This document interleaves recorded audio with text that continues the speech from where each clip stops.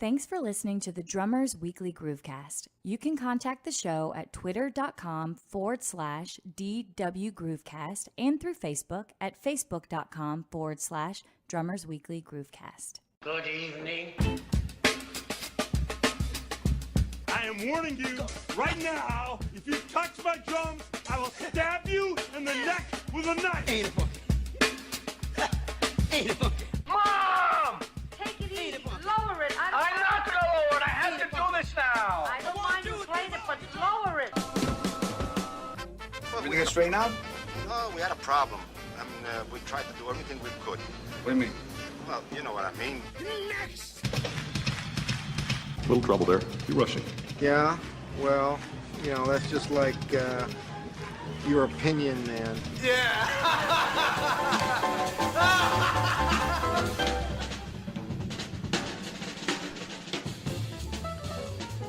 We're back and ready for Interview Monday. How's everyone doing? Phil here from the Drummers Weekly Groovecast.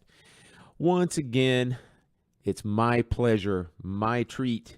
For those of you who know me, you know that my guest today is one of my longtime favorites.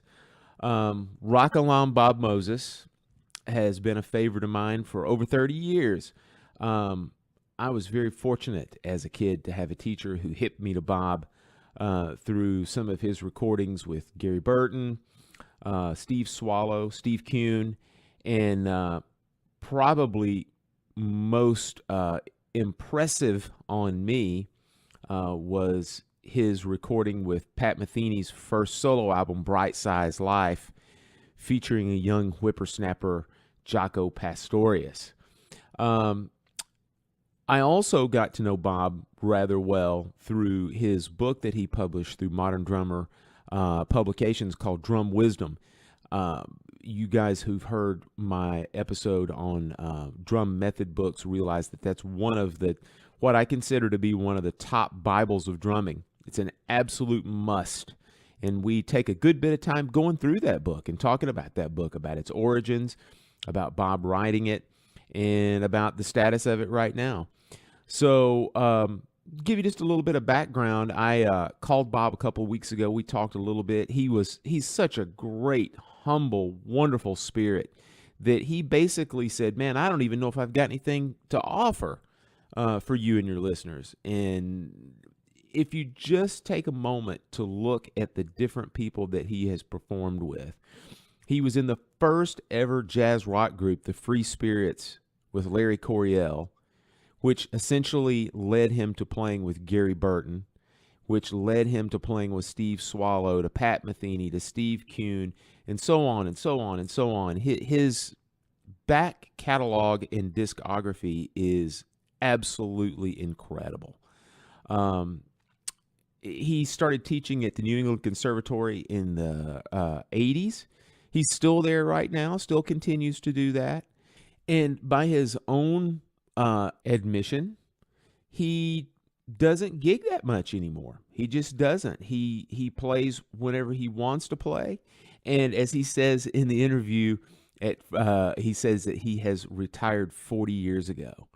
So I'm going to let Bob do the rest of the talking, but I do also want to throw out a major special thanks to my buddy Ryan Almario over at Flip Funk Studios for some help on the production end of things. When Bob and I got on line to record, there was a tremendous amount of ground hum coming through his channel that we just couldn't figure out.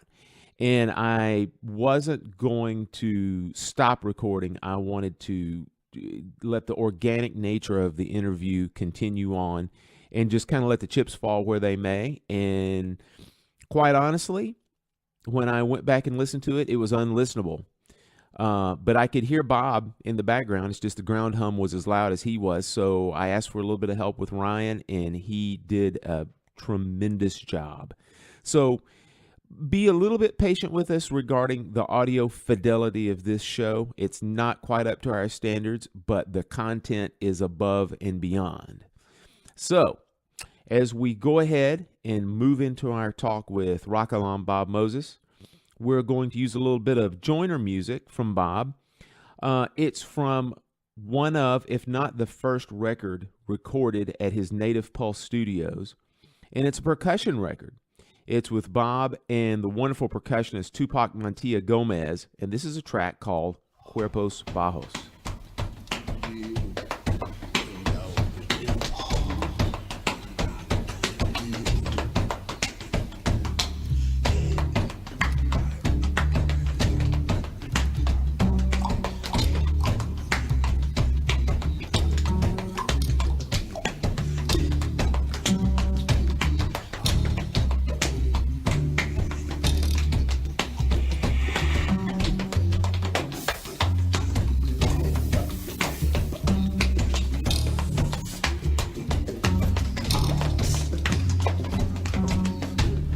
All right.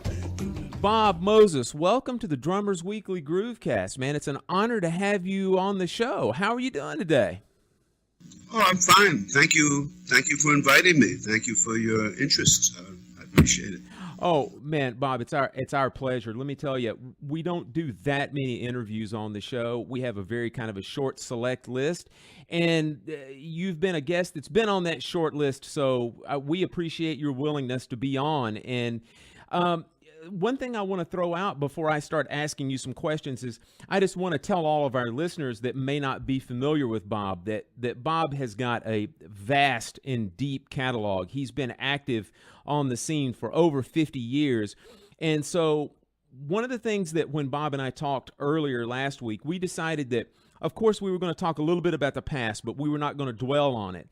We're going to dwell a lot on the future, talk a lot about the future and the present. But for those of you who want even a little bit more detail on Bob's past, Bob has done plenty of interviews in Modern Drummer. There's interviews online. And so feel free to do a little bit of what I like to say, drumming archaeology. Get in there and dig in a little bit and learn something about Bob, especially if he piques your interest on some of the things that we talk about today. And so, Bob, the first thing I wanted to talk about is something that you mentioned when we were chatting last week, is that you're a New Yorker. You now live in the Boston area. But when you grew up, one of the hippest things, man, I've ever heard is that in the same building where you lived also lived Max Roach, Art Blakey, Elvin Jones, Roland Kirk, Abby Lincoln, and just tell us a little bit about what the vibe was like, man, growing up in that area. Oh, I loved it. It was a great building. You never knew who you would run into in the elevator. You'd see Jimmy Garrison or Eric Dolphy or Booker Little, or you never knew. Just people coming up and down the elevator. That building was on Central Park West, 101st Street, Central Park West, and so from one side of it, you overlook the park. And I remember seeing Eric Dolphy, and I could just hear him, but flute. He would play the flute. He'd sit on a rock and play the flute with the birds. He liked to get the birds going. He had an ear that he could hear the intervals of the birds, and he would play that on the flute, and he kind of duetting or jamming with the birds. And I loved it. And of course, there's a lot of traffic going on, so it would just be floating over through the air, but I could see him. And that was a beautiful thing. And that neighborhood had a lot of great musicians in it. My uncle had a cleaning store that was down. He didn't own it, but he worked there. He was a jazz fan, my Uncle Norman. And Duke Ellington used to come in there. Horace Silver, who great pianist, one of my favorite groups at the time. When I was that age, I loved Horace's band. He had kind of a sweating disorder. First, he played really hard. He really worked really hard, and he had a tendency to sweat a lot. So he would go through 3 suits a night. In those days, gigs were often 6 nights a week. You booked for a week. It doesn't happen much anymore, but that was usually what was happening then. And so that's like 18 suits. That's a big dry cleaning bill, right? Yeah, it's expensive, the dry cleaning. And anyway, my uncle would tell Horace, he said, if the owner isn't here, watch when the owner isn't here, and he would do his suits for free when the owner wasn't looking, because he loved jazz. So I'd see people all the time great musicians in that neighborhood, and it was nice being close to the park as well. Well, that's it, man. How old were you when this was happening? What were were you like high school age, middle school age? I was, I guess, what do you call it, junior high, like from seventh to 7th grade, something like that. Yeah, junior high. So I don't know, 14 or 15, something. Mingus used to come over too. He didn't live in the building. He lived across the park. He lived on the 5th Avenue, which is on the other side of the park, even more upscale. And but he was a friend of my family, so he would come over. He played duets with me when I was 13, 14. He would play piano. I played drums. He wouldn't go easy on me either, which was but he was sweet to me. But he was tough with music. And, in fact, I was there for the audition. My dad drove Rasan, who was just rolling at the time. Right. He had just come to New York from Columbus, Ohio, not too long ago, and he was auditioning for Mingus's band. And since he was blind, he couldn't drive, although he wanted to. he was always trying to get somebody to let him drive, and thankfully nobody did. But although he might have surprised us, his hearing was so, maybe he would have. But anyway, we drove him over there, and that was a beautiful meeting. The meeting of titans, really, of Mingus and Rasan, and of course he got the gig. So I got to witness things like that. So, were you playing? Were you playing drums at that time? Yeah. I started playing drums about age 10, but basically, I would play whatever instrument I had. Yeah. So I had a piano, so I played piano. I had vibes. I played vibes. When I went to a summer camp, there was kind of a music camp, I think, and they gave me a trumpet. I played trumpet. One summer they gave me a bass, and I played bass. And if I didn't own the bass, I would have kept it going. But for that time, so yeah, I played. I'm still like that. If whatever instrument comes into my hands, I'll try to get something, even if it's primitive. But I figure my drumming is primitive anyway. But that's the first thing that I played was drums. And the first drum was given to me by my godfather, was Ed Shaughnessy. Wow, great drummer. Yeah, quite a childhood you had there with the musical masters at your fingertips. I mean, I don't know how much interaction did you have with those folks at that time? Did you ever take any lessons from Art or Max or Elvin? No. That wasn't. That never even occurred to me to do. That's not how we learn, by lessons. We learn by listening. Yeah. And playing, but they let me play. Max, I had a lot of conversations with. Blakey, not so much. I just see him in the building. Elvin was always sweet to me, but a few words and a smile. Of course, I heard him play a lot. Right. Many times, hundreds of times. He was my favorite at that time. So, no, we didn't. It wasn't like lessons. That wasn't really it. I've come to realize something that I'm an unschooled musician. I had a couple of teachers early on, but I can't say I really learned that much. I was grateful to them. They were good people, but music is really learning music is really a fairly simple thing, I would say. And of course, if people actually believe what I'm about to say, all the music schools would go out of business, and cats like me would be out of a job. But you just sit at your instrument and keep playing until it sounds good. That's it. And then when you get to that, keep playing until it sounds better. Yeah, well, and then keep playing until it sounds better than that. Now, if you can't tell whether it sounds good or not, then you got a problem. You're probably not going to be a musician or a good one. Man, it's simple. It's really save people a lot of money. I was going to say, and it's impossible to argue with that, man. That's exactly right. I mean, this is my truth. Nobody has to agree with it, but it's pretty obvious to me. Yeah. Well, one person that you mentioned that you did take a few lessons with is a legendary educator that has written several different books, and you actually got to study with Morris Goldenberg for a short period of time. Yes. What? Yeah, and that was kind of a blessing because he wasn't taking high school kids. He had a waiting list of the best Juilliard students, classical. He taught out at Juilliard. Right. Columbia Music School, famous classical, mostly classical school.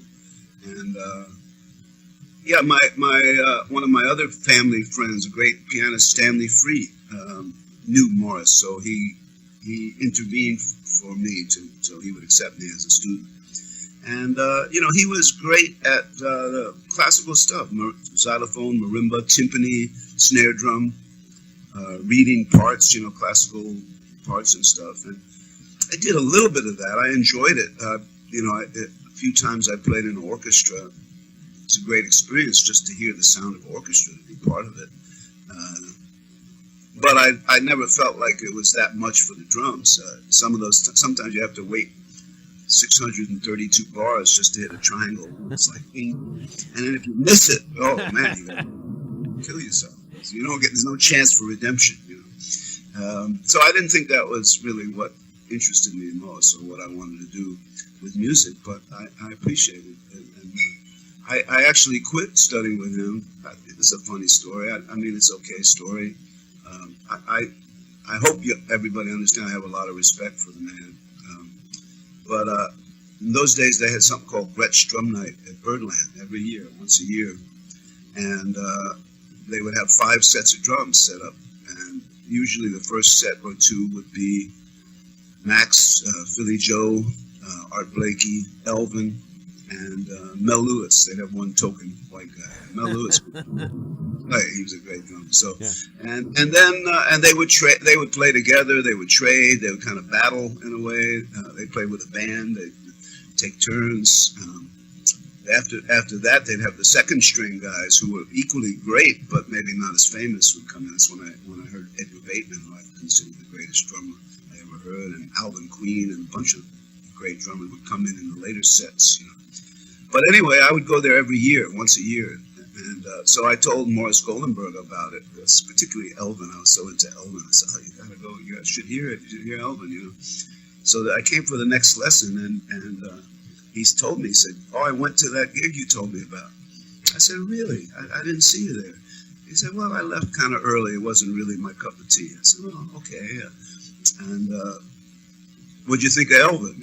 And he goes, something like, I'm paraphrasing, but it's something like, I thought he was disgusting. He was sweating and grunting like a pig. He was playing like an animal or something, And then he goes on to say, but don't get me wrong, I do like jazz. I like the modern jazz quartet, for example. Yeah. Which were also great, but they wore tuxedos and they didn't sweat. And I thought, and that struck me, as soon as he said it, something broke for me, and I just realized that he wasn't the teacher for me.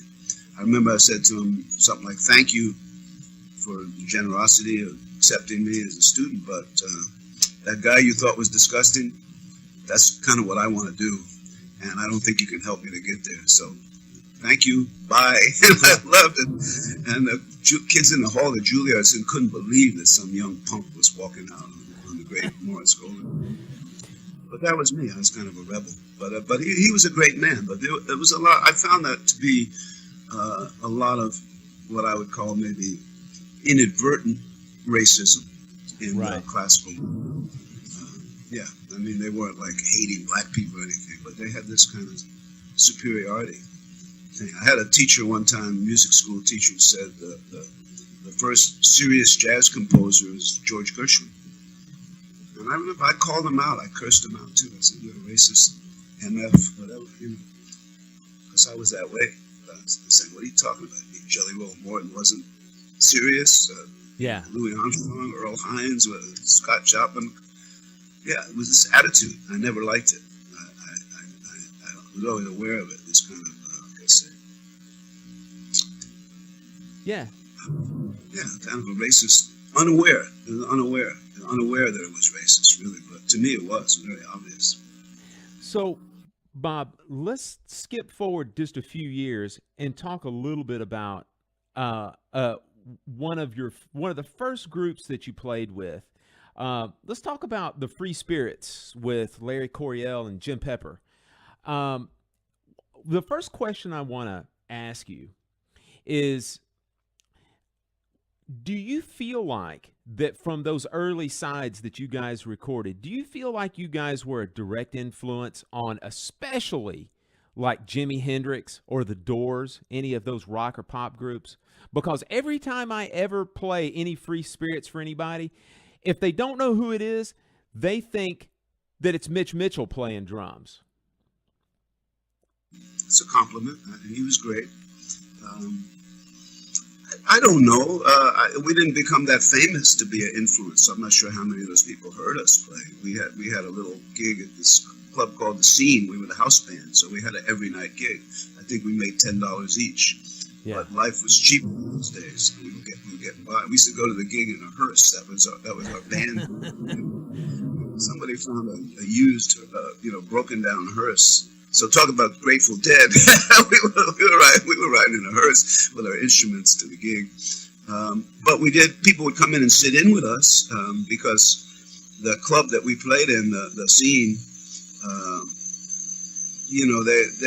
it was a hang. It was just, we played opposite the Velvet Underground for 3 weeks. I thought they were awful. Yeah.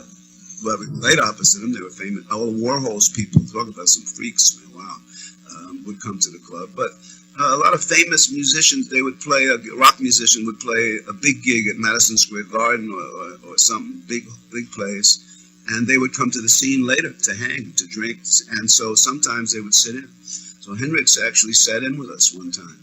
And of course I loved him. He was a great player and kind of seemed to be a very humble, almost shy person. And I have to say, I think Coryell intimidated him because he didn't play guitar, he played bass. He didn't want to mess with the guitar with Coryell. Coryell was playing stuff very much like Hendrix, but also had that whole Wes Montgomery jazz thing down, playing free stuff before I ever heard Sonny Chirac or any of the free players. Coryell was really extraordinary and also a great singer and songwriter.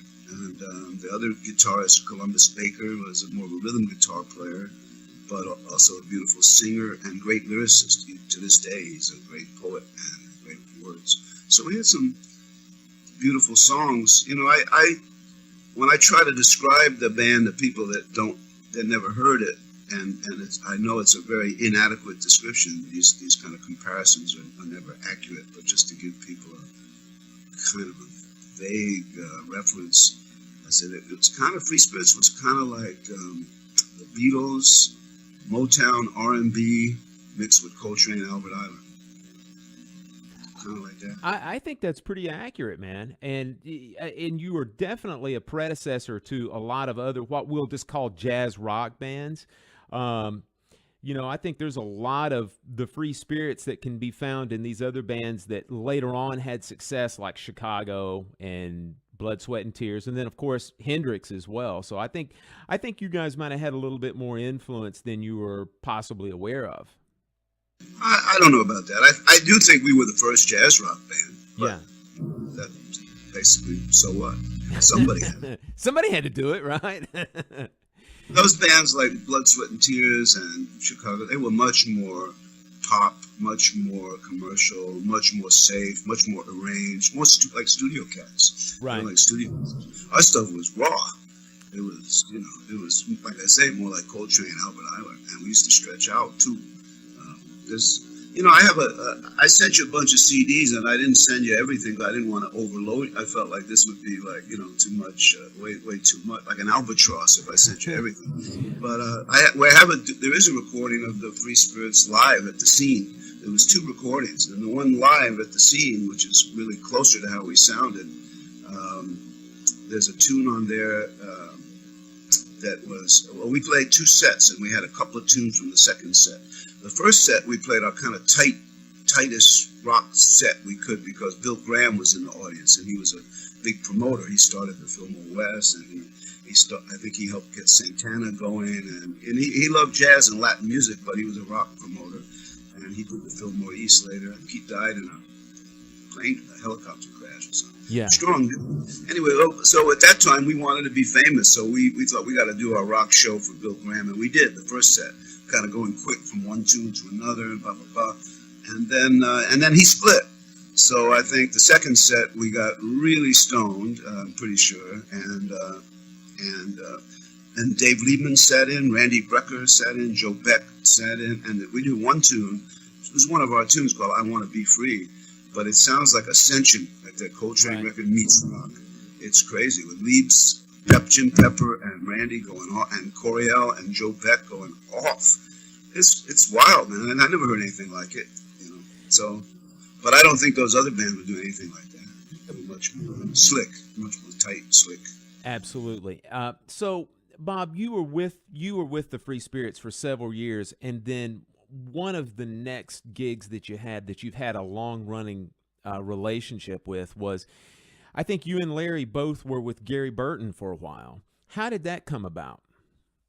Well, Gary used to come down and sit in with the Free Spirits.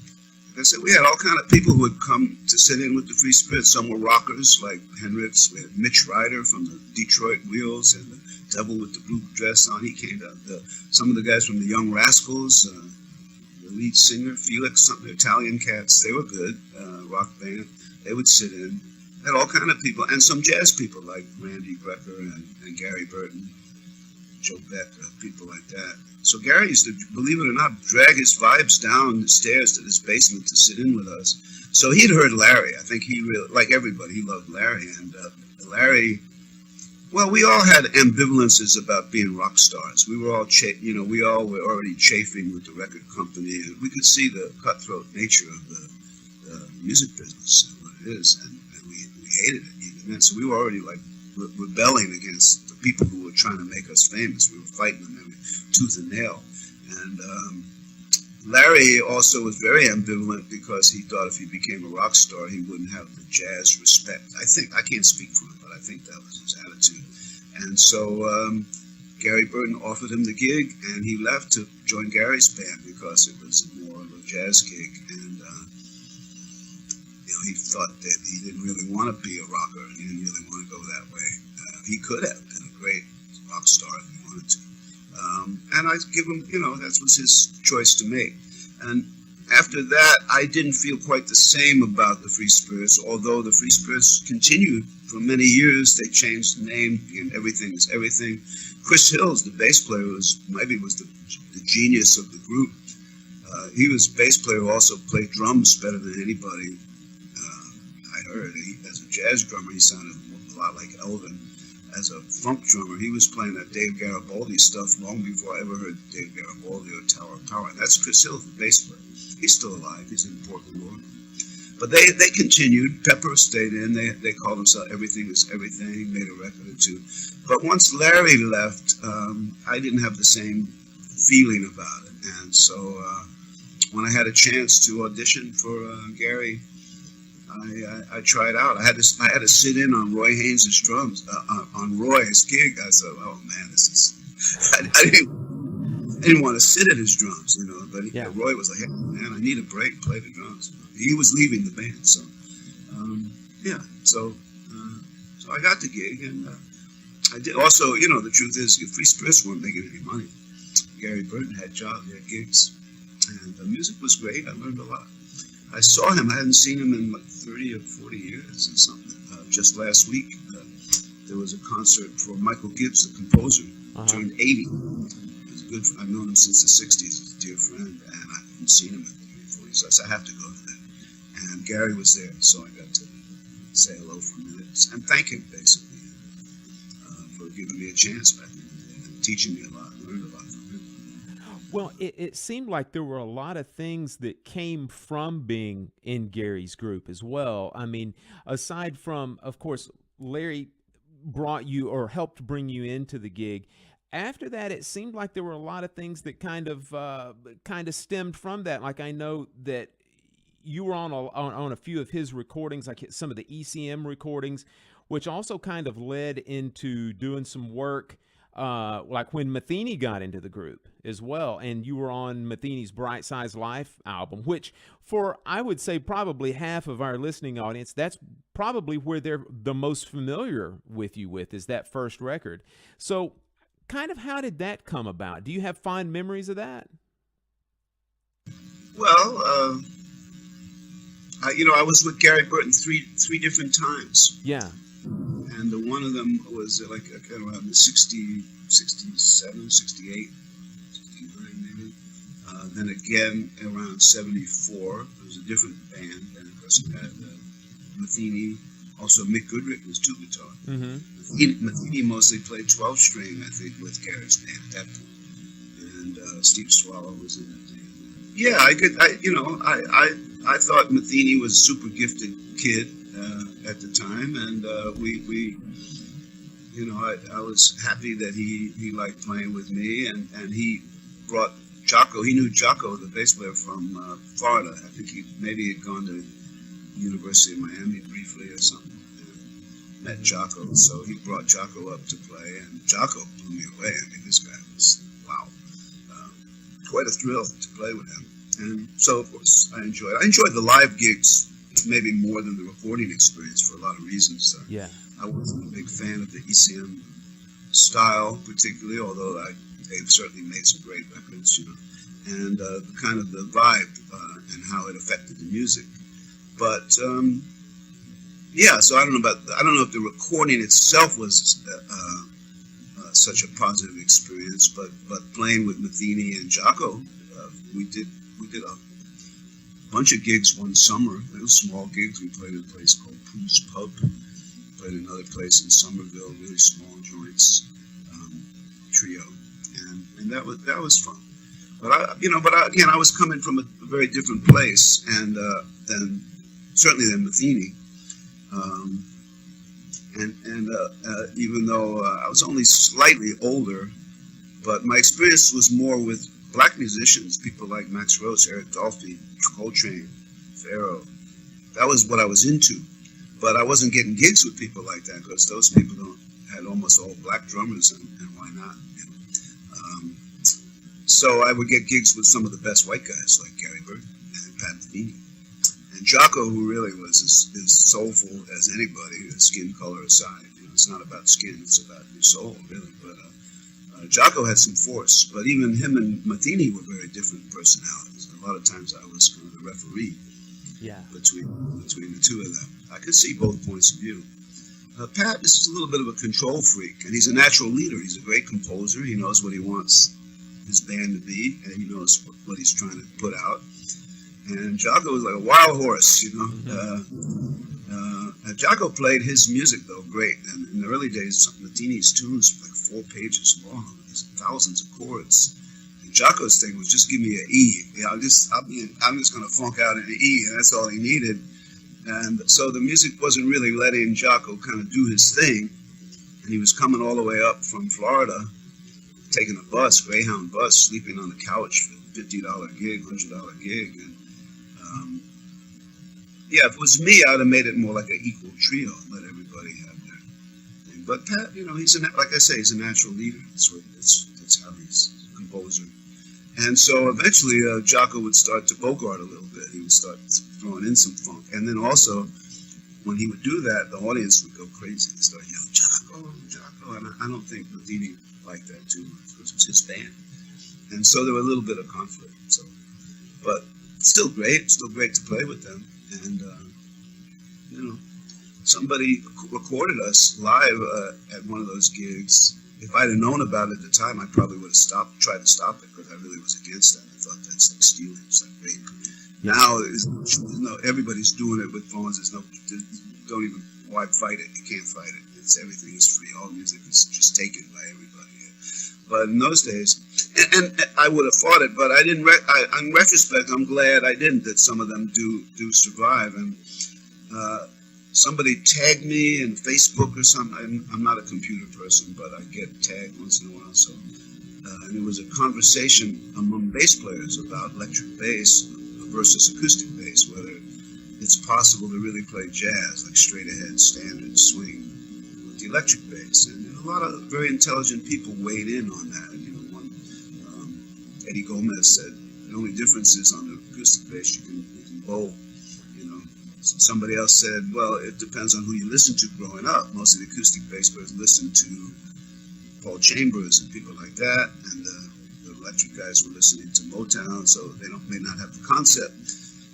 But anyway, as an example, the guy who put up some of this trio stuff with me and Matheny and Jocko playing standards, and I'd forgot that we played standard.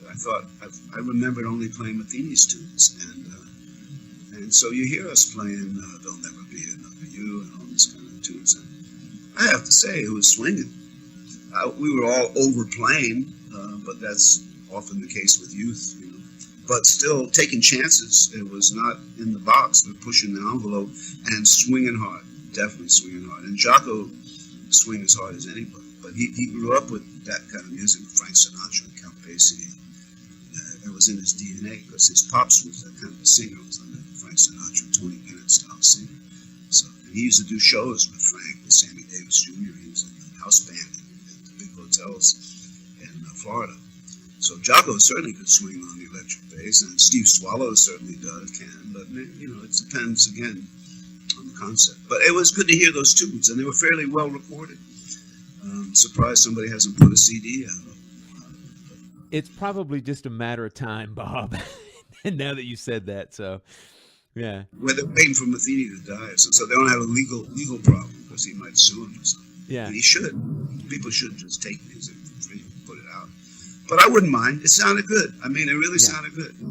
And I was surprised to hear those standards playing the swing like we were. I didn't remember that. Bob, just around that time, or possibly just prior, I think probably just prior to that, you were in a group with Jack DeJohnette called Compost.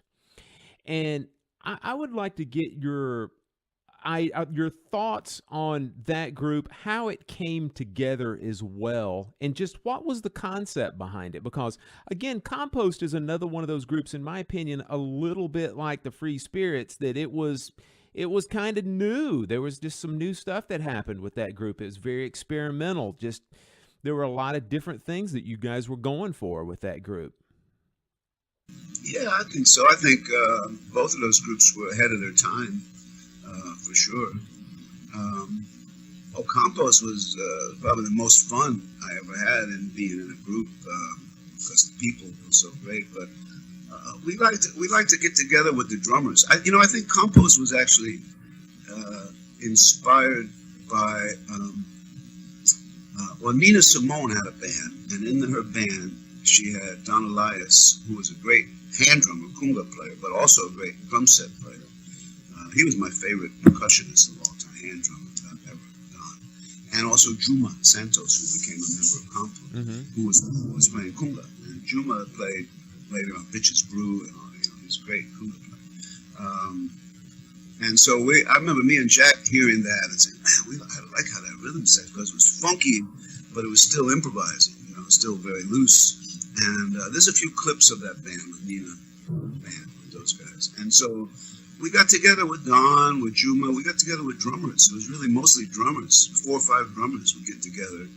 And eventually other people came in. It was a drummers band. And we would play for hours. Jack had that kind of energy. I could play for 11 hours straight.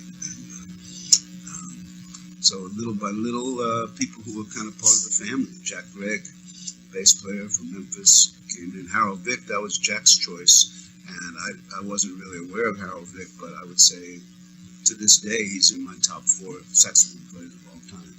Being moved by a horn player. Harold Vick was great. He was soulful and free. And we had Juma and 2 Jacks, Jack DeJohnette and Jack Gregg. And though we didn't officially have a guitar player, when we recorded, we added guitar players sometimes. We had George Davis, who's a kind of New Orleans legend.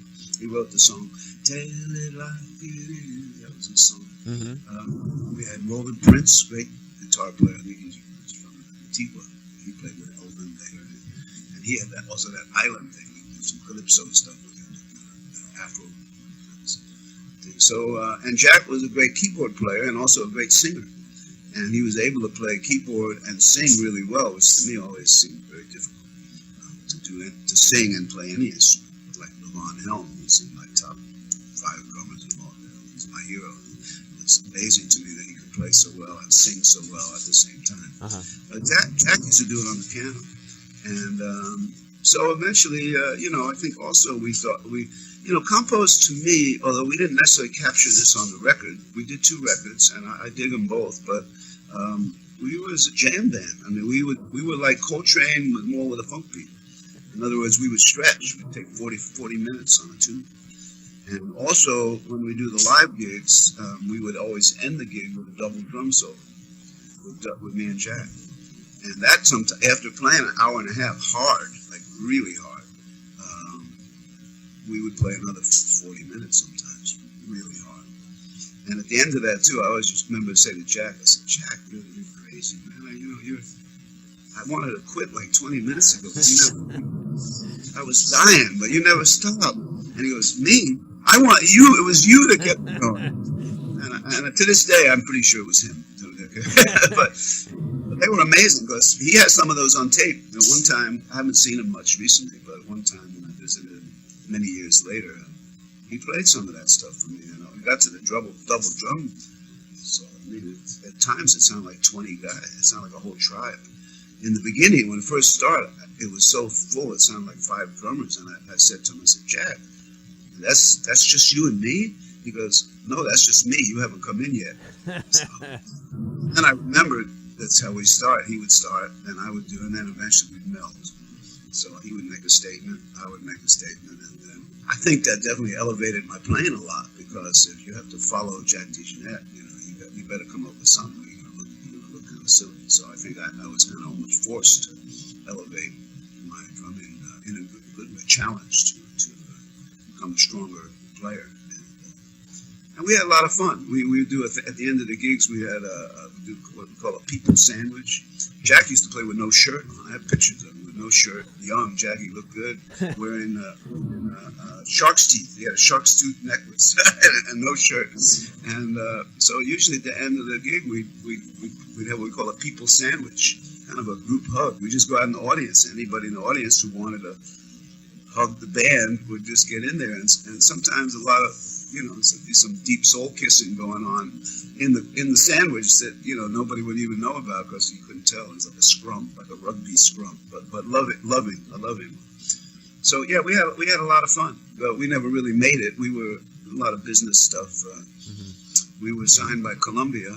Later, I found out what the truth of that was. We had a manager who managed the group Yes, the English, that had Bill Bruford. Mm-hmm. And we actually did some gigs opposite Yes. And Bruford, I remember, couldn't believe that we were opening for him. But I said, man, you guys, you're drumming. It's like, oh, thanks, Bill. But they were more for the teeny poppers. People loved them. But anyway, the manager, he basically, I think Yes's contract was coming was going to run out with Atlantic. They was with Atlantic, and Columbia Records wanted them.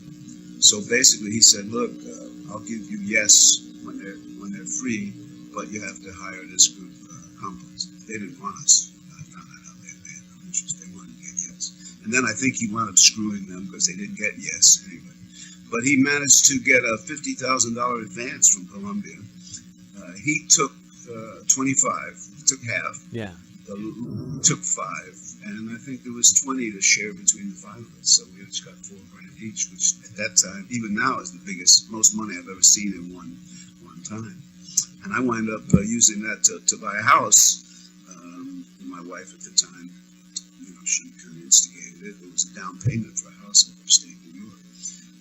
And Jack was living in the country too, and so we had composts. We were, city people don't know about compost, but country people know about compost. So we had compost, and it's for people who don't know it, it's any organic garbage. When you finish with your fruits and your vegetables, you put it in a pile. Eventually it rots and it starts to stink. And you put it in the ground and mix it with a little mulch or hay, and things grow like crazy. So. But it's kind of, if you get up close, it's kind of, your nose would go like, ooh, and we thought, wow, our music is just like that. When you hear it, your nose goes, ooh. So we thought it was a good name for the group. So fun times. Harold Vick, to this day, my top 4 favorites. So, Bob, you mentioned that the success of Compost essentially ended up netting you your first house in New York. Or in upstate New York, was what I wouldn't call it success, but yeah, right. Yeah. So we got a contract. Yeah. Now, you've been in Boston though for quite a while. How long have you been up there? Since '85, I think. Yeah, I came up right after my son Raphael was born in '85 in New Jersey, And shortly after that, we came up to Boston because I'd gotten a gig at New England Conservatory like a year or two before that. Yeah. And I was commuting. But fortunately, there was an airport in Newark. It wasn't too far from where I lived. And but it was crazy. I was commuting up there. You know, I wasn't getting any gigs in New York. I mean, I was dying. And I lived in Jersey, but still, it's kind of like a suburb of New York. And so I thought, why not? The thinking was maybe I'd be more like a big fish in a smaller pond in Boston. I'd get more gigs. Didn't turn out that way. I never gigged in Boston, but I love being here now. So it's great. And the place where I live in Quincy, you know, I could never afford a place like this in New York. I have 2 floors. I have the drums on the top floor. I mean, we don't own it, we're renting it, but the rent is cheap relative to New York. My son now lives in New York. When I told him what I make a year, he said, "That's impossible, Dad. It's not feasible." I said, well, somehow I'm doing it, and I'm putting out records too, without help of a record company or GoFundMe or anything. So, yeah, I like it. It's quiet. Where I live, it's a dead-end street. It's like nothing happening. There's no culture. There's no, and I don't need it. I had plenty of that when I was younger. I have enough going on internally, stimulation too. I don't crave external stimulation. When I was young, I did. I wanted to be in New York, but New York was different then too. Yeah. Well, Bob, that's the perfect segue about moving to Boston. That would kind of lead us into your educational career as a teacher. And so you're still at New England Conservatory. So you've been there for over 30 years now. And yeah. And one of the things I want to talk about that you and I discussed last week is a book that you put out back in the 80s. And I suppose it was probably fairly close to the time that you moved to Boston. It's called Drum Wisdom. And to me, and to a lot of other people, it's one of the top music methods, if you want to call it that, that's ever been written. And I wanted to ask you to tell our listeners, how did you come up with this? Or in other words, what was the impetus to write this book? Was it something you always wanted to do, or did a publisher such as Modern Drummer Publishings, who published it, were they the ones that approached you to write it? Well, neither, actually. I had no desire to write a book. I hate writing. I'm actually not bad at it. My dad was a writer, but I don't like doing it. It's not fun. I'd much rather go swimming or play basketball, take a nap, meditate, sit in the sun and write anything. But, you know, who kept bugging me to do it was Danny Gottlieb, who was he seemed to be a big Bob Moses fan.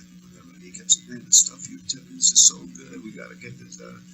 And he came to my house. He transcribed all this stuff. I talked it. He transcribed, wrote it out. He transcribed examples of, you know, resolution points and stuff like that. So he really was. I give him credit for pushing me to do it. And I guess he knew some of the people at Modern Drummer. So, you know, the concepts in the book. I mean, there's not just one, but one of the main concepts is improvising to resolution points. And that came to me. The first gigs I ever did was playing vibes in the Latin band, playing salsa. I was about 14 or 15. We used to play little places, church basements and lawns, and people dance all night long. We play 8 sets a night, 50 minutes on, 10 minutes off.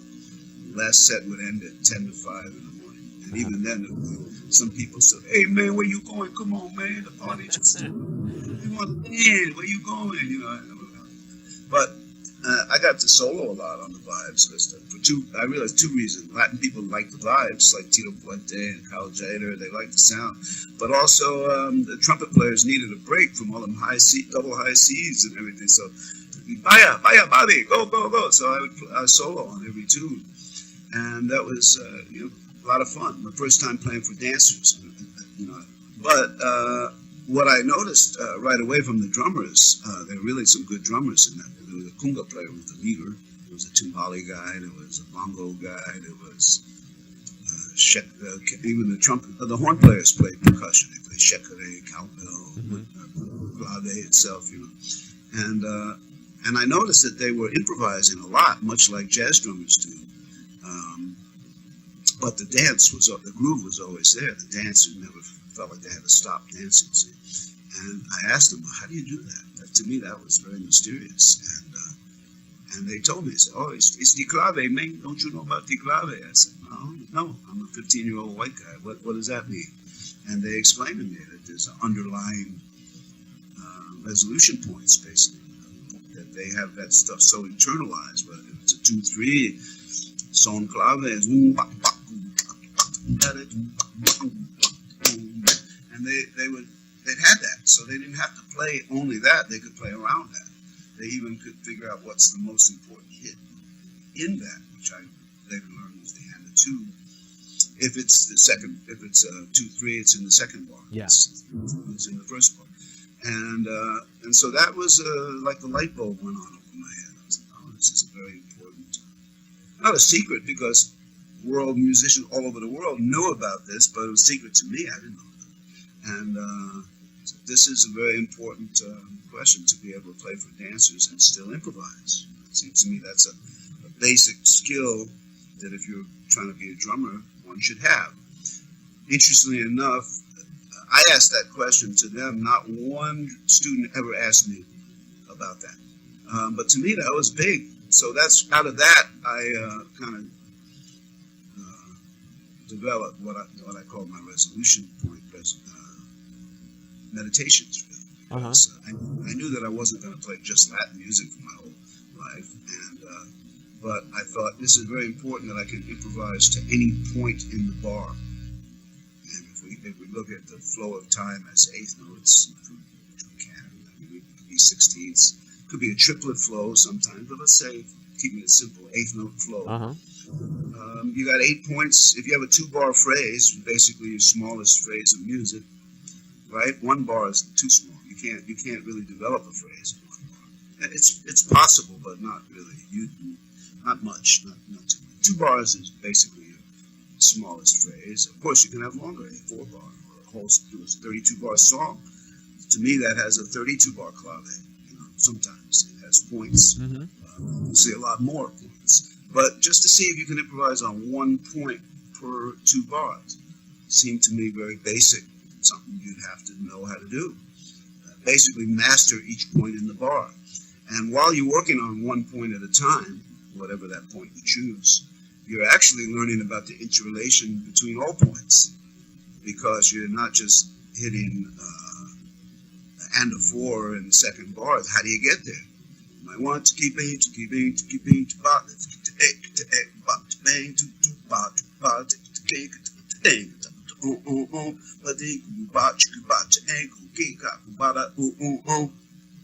there's many ways to get to and a 4 are very prevalent, certainly in jazz, big time. But they're all good, man. All the points, they're all necessary.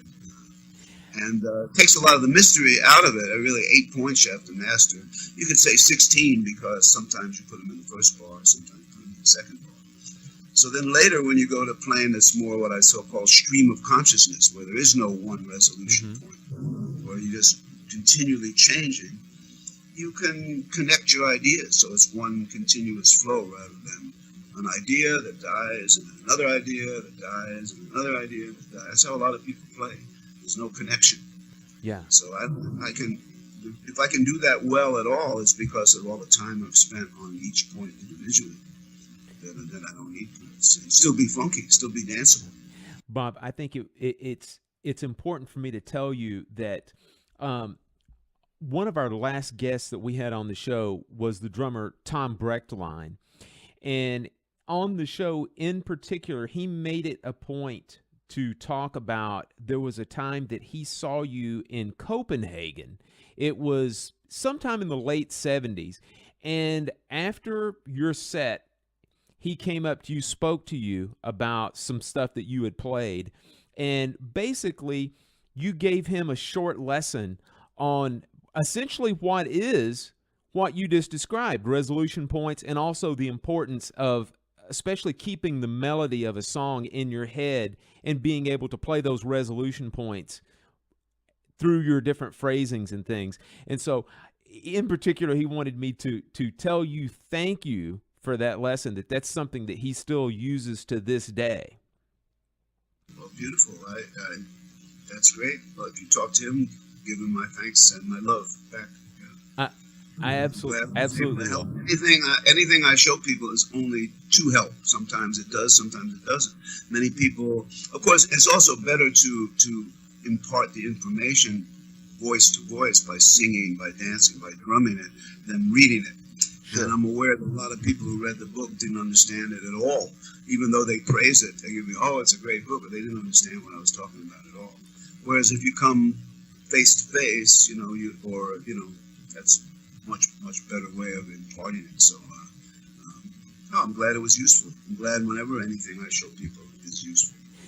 Bob, another concept inside the book is a term that I'm not sure if you actually created this term, but if you did or if you didn't, it has become, in my opinion, synonymous with this style of playing, and that is organic drumming.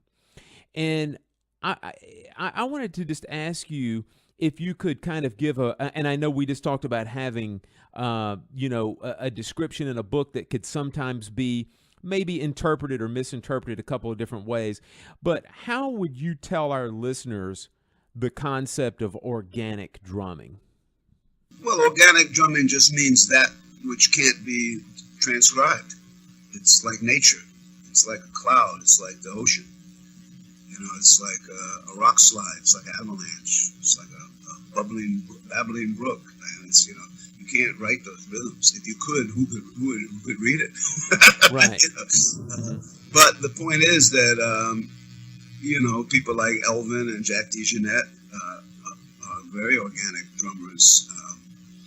And if you're still dealing with time and form, you can bring the organic, or another way to say is the cosmic, really, into your form. You have to have the form has to be really strong internally, and then you can do that. So, for example, if we're talking about resolution point, the 8/8, I just said and the 4, so let's stay on and the 4. Mm-hmm. If you have 2 bars of 8th note with a pulse very clear in your mind, let's say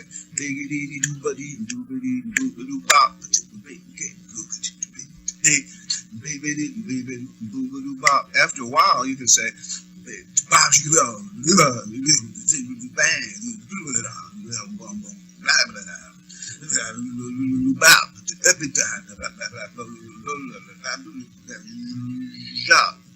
that's bringing the organic into form.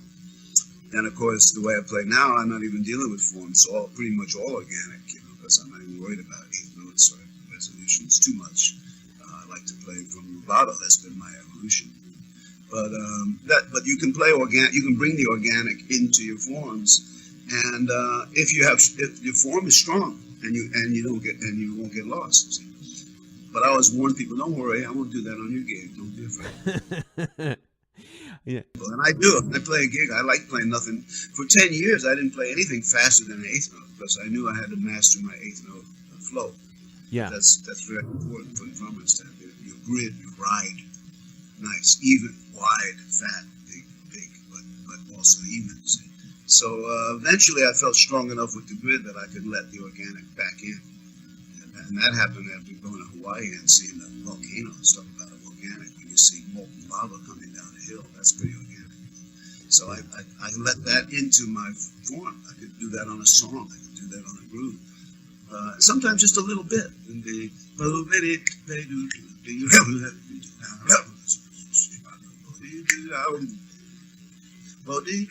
just maybe for half a second or something.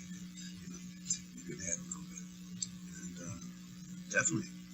Yeah. It's nice, man. I hear that in Elvin, I hear that in Jack, I hear that in some of my favorite drummers. So, Bob, one last thing I want to talk about in Drum Wisdom is there's a concept that you put in there also that you've titled the non-independent method. And one of the things that I think is so striking about that is that we spend so much time as drummers working on independence from the standpoint of trying to get our limbs to work independently simultaneously, that sometimes the whole concept of playing hands together or limbs together is lost a lot of times. And you address that in this concept. So tell us a little bit about that concept of the non-independent method. Well, that's another one, again, that would be much easier if I was at the drums. You know, you'd see it in a minute. It's nothing that I invented. It's more something that I observed, that how people play. See, let's say that, a ride beat doesn't have to be ding, ding, ding, ding, ding, ding, ding, ding, but you have to keep something going on the cymbal. Let's say the hi-hat, if you're doing a funk, your ride is more on the hi-hat. If you're doing jazz, it's more on the cymbal. So what I figured is that I could do a lot more with all my limbs. It actually gives the impression of being more independent if I didn't try to do all these. Well, let's take a triplet flow.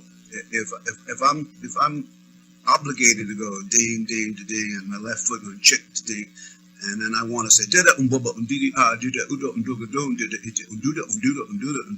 that's very hard. Not much I could do, and if I did it, it would be stuff that I worked on and memorized, which is not spontaneous, and very often doesn't even fit with the music. It's also human nature. The people who practice that stuff, they got to show it. Look, I worked so hard on it. I got to show it, and it may not even fit. So if I just took the two hands and separated them, did a triplet flow, and again, it's hard for you to see what I'm doing or hear it, but if the right is going to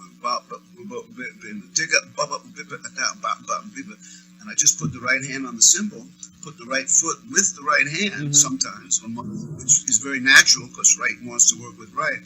It sounds much fuller, and I can do these figures spontaneously based on the music that I'm hearing that I want to play. It's not something I have to pre-practice, pre-memorize. Non-independently. And I observed drummers play, and I noticed that most of what they played was not independent, was non-independent. So this is my way of, it's also very useful for fast tempos. Right. Where you can, if you can get a flow going at, say, this speed, and then you put the right hand on the cymbal, and then put the right foot with it, sounds much easier than trying to go ding, ding, ding, ding, ding, ding, ding, which, unless you're Tony Williams, you're going to run out of juice. Bob, let's go ahead and talk about your actual tenure that you've had at New England Conservatory. How many students do you normally teach? Do you teach applied lessons, or do you teach ensembles? What all do you do at New England Conservatory? Well, not much. I have one ensemble. I used to have two. I got demoted, and this year I have, I think, 6 or 7, but last I had 4. So the truth is, very few people want to study with me at that school. And that's okay. It's all right. I don't have any problem with that. I don't tell anybody they should. Those who see the value in it come. And usually I get freshmen, which is interesting. Not by sophomore, they seniors almost never get the freshmen. And in a certain way, I like that, because I put it this way, the concrete hasn't hardened around them yet. So they may still be pliable, flexible, open. I'm about to turn 70, and I'm still pliable, flexible, open, learning, changing, growing. But a lot of times the people seem to, they just want to play what they know, even at that young age. Right. They really don't want to try new things too much. And also, they don't like the challenge. I think, if I don't really ask them why you don't study with me, but my take on it is the stuff that I give them is too simple. And they can't do it. And they don't like being exposed, because they're already doing gigs and making tours and imitating Jack DeJohnette and Tony Williams. And I say, can you just improvise to one in a 2-bar phrase? Boom, together, really want to I'm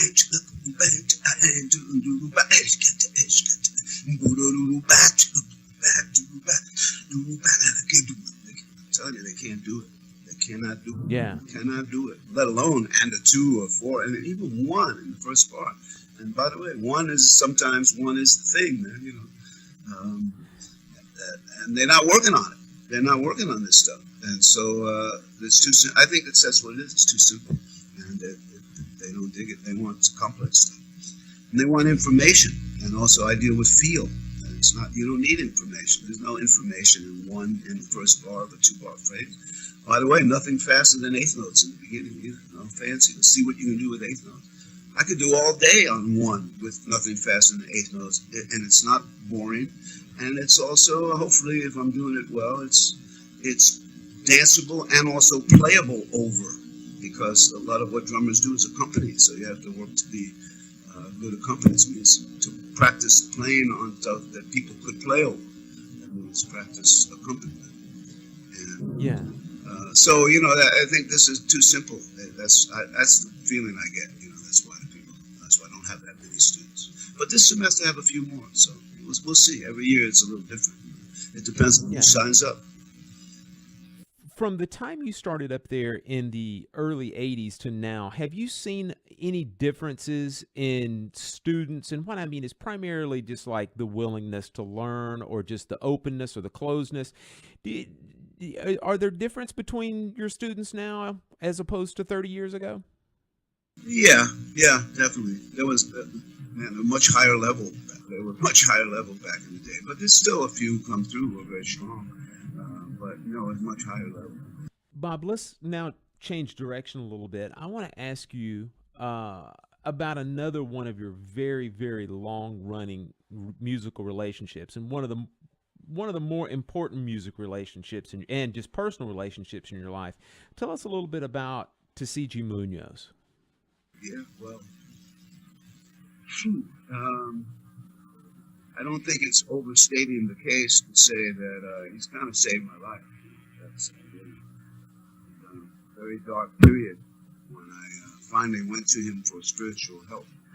Tuskegee Munoz is a spiritual master, I have no doubt. I've known him for 40 years, so I've watched him close, and I have absolutely no doubt about that. And that's something that most people won't even understand what that is, because they've never met one or been around one. He also happens to be by far the greatest musician I ever heard, but that's almost secondary, although it's what first drew me to him. So when I was introduced to him by a piano player friend of mine named John Weiss, a cat I used to play with when I was a kid, a very good piano player. And he knew that I loved Coltrane's music because I felt a spiritual thing from Coltrane music. And he said, well, if you love Coltrane music, he said, you got to check this guitar player, Tuskegee. He said, but also, just so you know, he's a guru of sorts. I said, oh, okay, interesting. So I remember I met him. I went and played, and I knew from the first note, and I knew he was a master from the first note. At least my heart knew. There was no question. And watching him and how he interacted with his son and with people, and I said, I never met anybody like this. And the playing was beyond anything I ever heard.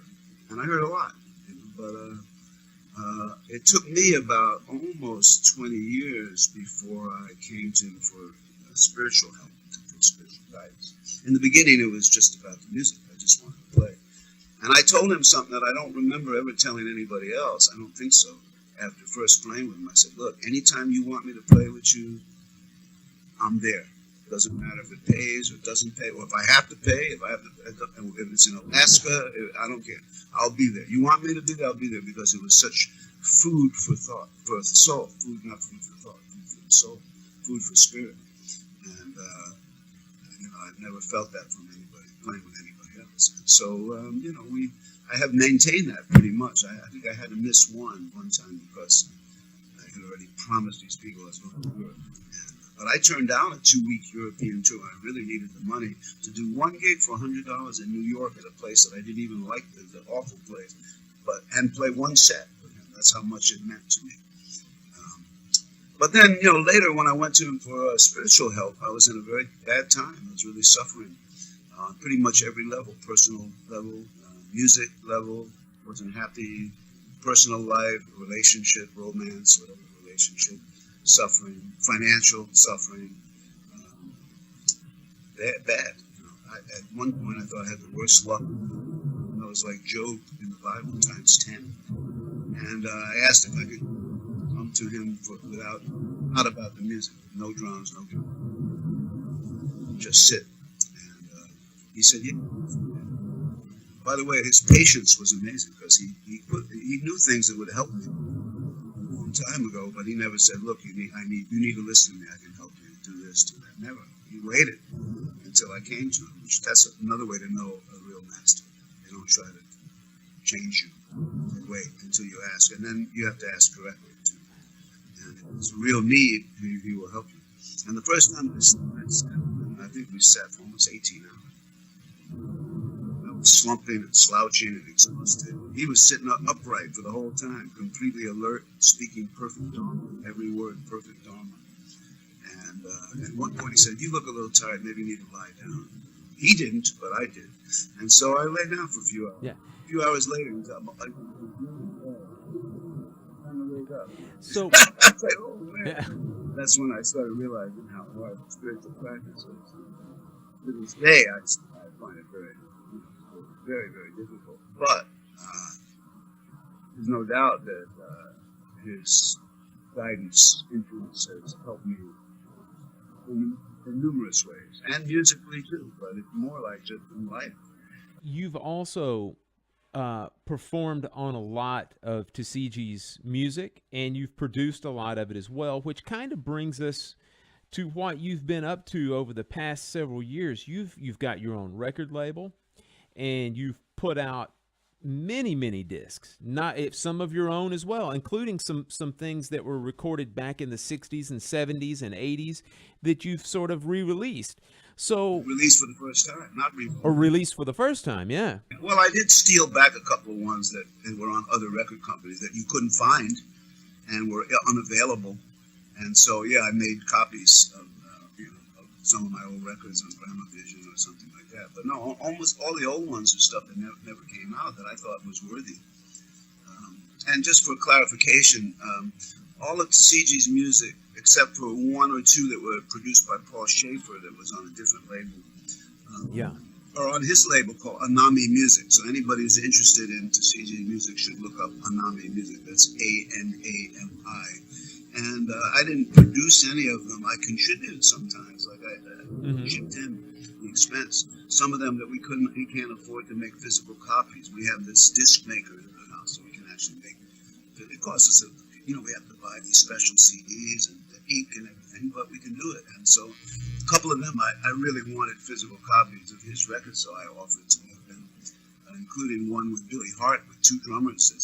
The drumming is sweet, called Heart Trance Revelation, which was only available on internet, and now I have physical copies of that. And, but other than that, no, he produces all his records. I've been blessed to be on a couple. There's one record called Alpha Nebulae that I would say is the most profound, deep music I've ever heard, period, of anybody, any record. And that one, I'm happy to be on. Well, one of the things that I like about it, I don't recognize myself at all. That's part of it too, is to see spiritual practice is getting beyond yourself. And what I learned from being with him too is that all suffering is self-created. So all that stuff I was going through, I was doing it to myself. And it's clear to me now. You can't blame it on the world or bad luck or Donald Trump or anything like that. If you're suffering, you're doing it to yourself. And that's good news and bad news. The good news, the bad news is, oh shit, I'm the asshole. It's like causing all the problem. The good news is I'm the one who can fix it. It's within my power to fix it and to be better, to get beyond my pain, mechanical attachments, basically, patterns, habits, things like that, knee-jerk reaction to things that make you angry. In terms of my own stuff, I have Kalam records, and most of the stuff is new music, but there's a few things that I found in the vaults that had never come out.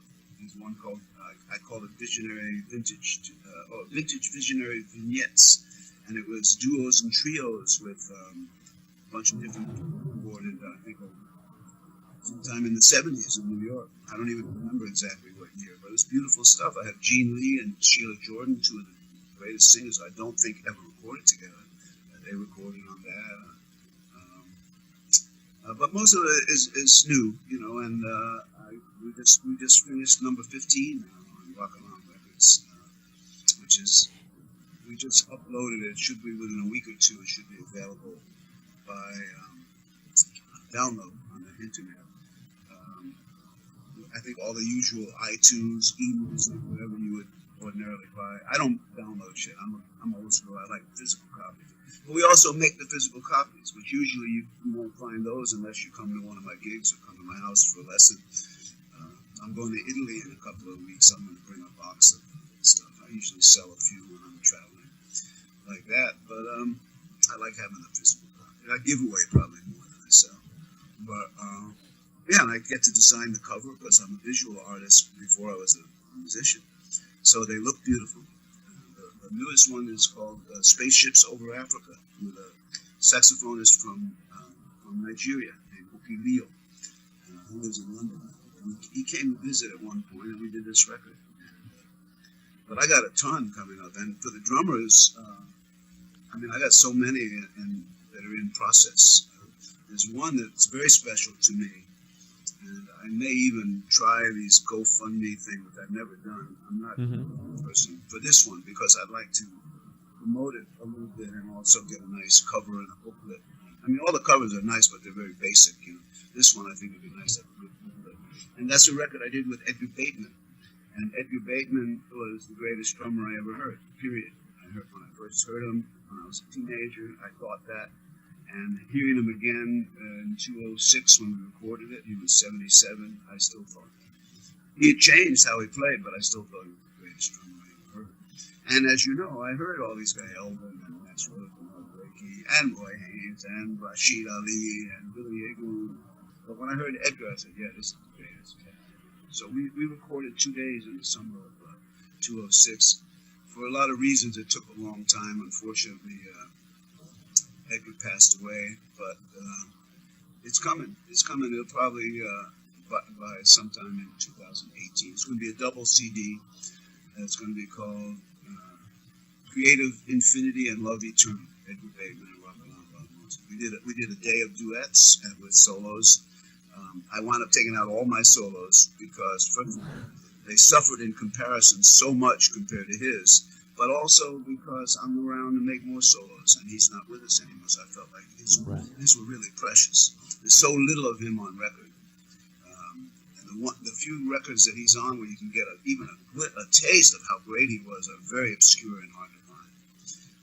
There's 3 YouTube clips of him that are brief, and they're amazing. Each one is amazing. But so this, to me, this is a treasure to have this record, this recording of him. And then we did another day with a bunch of horn players, playing some of my crazy melodies, but featuring the 2 drummers. And that's a very strong drum record. And so that's coming. A bunch. I've been doing a lot. It's been a very creative period to me, the most creative period. And somebody observed, and I think it's true. Well, you got a bunch of them, so you can tell me if you think so. But somebody said these records don't sound like anybody else's music, and they don't sound like each other either. Each one is completely different from each other. I think that's very accurate, and I think that's also a wonderful compliment as well. Yes. No reason to do the same thing twice. I don't need, once it's done, and that's how I feel about creative stuff. I think a lot of people they create something and then they just keep playing it their whole life, and they're entitled to it because they invented it, and so they can certainly reap the rewards of it. But I'm one. That's why I'm not, probably popular or famous or whatever. But I prefer to play what I don't know. That's what I find healing. I learn stuff so I don't need to play it again. That's why I learn stuff, and I think it's important to learn stuff. And the things that I teach are very basic. I work with students. I say get your resolution points, get your 2/3, your 3/2 clave, get your samba, get your funk, get your swing. Get your 6/8, very important. But these are basic rhythms that have been played over and over and over, and they're still great. They're sacred. But I can do that. I may fall into that once in a while if spirit tells me that's what's needed, but with no attachment. And for the most part, what I'm playing is all brand new rhythms and brand new music, and each one different from each other too. So, yeah, I feel good about that. That's what heals me. Most humans like to hear what they're familiar with. So, Bob, these days, what does a typical day look like for Bob Moses? What do you like to do every day? uh, as little as possible if I can get away with it. I definitely do some sitting. I do some hewing, that's breathing.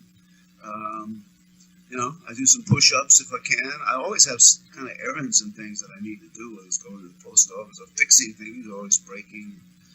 And also and the other thing is we're working. I have a friend who's my roommate, who's my engineer, named Gyan Das, who lives here. He's one of my two roommates, because I have to have roommates because I'm too poor to afford a place by myself. But they're both very cool. The other roommate is sweet lady. She's funny. She's good with the computer. She's the one who helped me set up Skype. And the other guy is Gyan Das, who's an engineer. And so he lives almost rent-free, pretty cheap, in a room the size of a closet. But he doesn't have to do a soul-killing day job. So a lot of times when we can, in fact, later today, we're going to continue working on mixing. I'm mixing and editing. I do more of that than actually playing. But I do have that magical drum set. I think I sent you a picture. Didn't I send you some photos of the drum set? Absolutely. Yeah. Yeah, and you sure did, and they will be included on the podcast whenever we. Good. Yeah, I'm so just absolutely. getting a kick out of seeing it. And whenever I can, I go up there and tap. And I have people. Sometimes people come over to play. And we recorded a lot of stuff up there. I think I sent you one of the I don't remember everything I sent you, because I didn't send you everything by a long shot. But I think I sent you one with Tupac, the percussionist from Colombia, kind of brilliant percussionist. And that was the first one that Gyan Das recorded in that room with my drum set. And that was in 2006 also, I think. And in those days, he didn't have enough mics. We didn't have enough mic stands. We actually were duct taping mics to the back of a chair. And yet it still sounds really good. It was a magical date and a good sound. So a lot of what we're doing is editing, mixing, designing album covers. I do teach 1 day a week at NEC. That's a Wednesday, and usually it's a very strenuous day. I get up at 5:30 and I get home at 8 or 9. I give a lot of energy because sometimes I got to wake the kids up, and so that if they come big, I don't have to work so hard. But a lot of them very sleepy energy, so I'm always trying to lift their spirits, and that takes a lot of energy. I'm not complaining. I'm happy to do it. Yeah. But then often Thursday I sleep in if I can. I usually sleep in. Thursday's a day of rest for me. But I have no plan, and that's what I like about it. My only day gig is NEC, and it's basically done in May, and doesn't start till mid-September. I told you I ran into Gary Bird, and he told me, "Oh, I'm retired now. I retired last year." And I said, "Hey, well, that's great. Congratulations." I said, "I've been retired for 40 years." Yeah. So, Bob, we're about to power down and finish up. Is there anything else that you would like to either promote or tell the folks out there that's going to listen to this?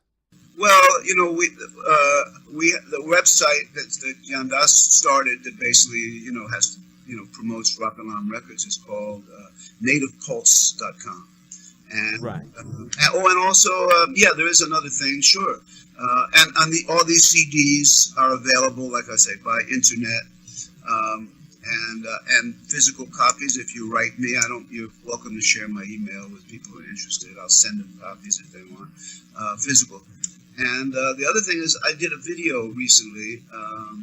There's a guy the company is called Adam Small, and it's Adam Small's mymasterclass.com. And I guess he's done a bunch of people, and it was recorded in my room upstairs with the beautiful, magical, very unique drum set. And there's part 1 and part 2. They're about 45 minutes each. And it's a pretty good representation of where I'm at concept-wise. They divided it into chapters. They used some of the artwork, some of my paintings between chapters. I appreciated that. And it's well recorded because Gyan Das, my engineer, recorded them, so he got a good. He knows how to record my drum. He got a good sound. And I think I've probably spoken better and maybe played better, but it's good enough. It's representative. There was no rehearsal and no second takes. It was just 45 minutes and then another 45 minutes. And some people really love it. Pete Zeldman, that's somebody I should mention, by the way. definitely inspired me a lot. A true drum genius. People aren't hip to Pete Zeldman. You should definitely check out Pete Zeldman. I changed a lot in my plan after I heard Pete Zeldman, because he made me feel really lazy and uncreative compared to what he was doing. Anyway, he said he thought it was the best drum video he ever seen, so I don't know. But anyway, drummers who dig what I'm into, who dig this interview, they can get that, and if they buy them, I get a few ducats, which definitely help, because it helps to sustain what I'm doing, creative work. Almost all the records lose money, but I still do them. But if I sell a few, that's great, and you might enjoy them. You can definitely see me playing on that drum set. So yeah, I recommend it. I'll promote that. Tremendous. And Bob, we'll make sure we get all this stuff in the show notes too that get published with the podcast, so people will also be able to have the actual websites and have the different information in written form in front of them as well. So we'll make sure that that's included. Great. Well, you're more computer savvy than me, so you could maybe find the links and cut and paste them in there, or however you do it. That would be great. Definitely do that. Yeah, thank you. Yeah. Bob, listen, man, you have been absolutely tremendous, man. Thank you so much for agreeing to be on the show. It's been an absolute pleasure. Well, thank you, Phil. You're a pleasure, man. It was a joy to talk to you, and I'm very grateful that you're interested and have such positivity, and hopefully between us as the beginning of a long-term association and friendship. Oh, I look absolutely forward to that, Bob. Absolutely, man. And I know that our listeners are going to really appreciate this as well. Like I said, you've been an in-demand guest, and I can't wait to get this all produced up and get it out there for everybody to listen. Beautiful. Well, thank you so much, Phil. What Tasiji says, Hugh, that's the sound of exhalation. Love always. Big thanks to Kalam Bob Moses. Such a treat to have him on the show. If there ever has been a drummer deserving wider recognition, you have just listened to him.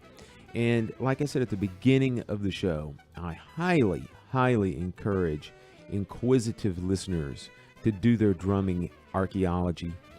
Go in there, find some of those great Bob Moses sides. As he mentioned on the show, and I will mention again, you can go to nativepulse.com to find a whole bunch of the different records that he has either released or re-released, and or just recorded and released.